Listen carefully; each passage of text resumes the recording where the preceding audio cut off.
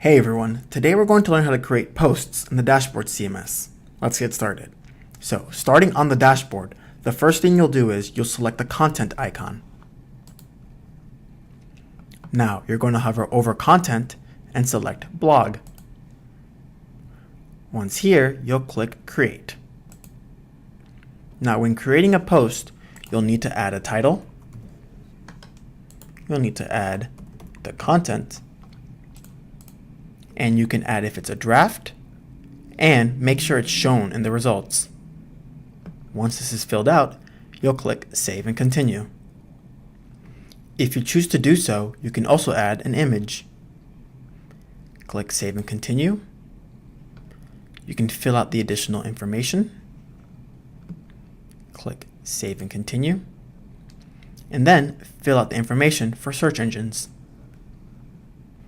Once that is all done, you'll click Save. And just like that, you've learned how to make a post. Thanks everyone.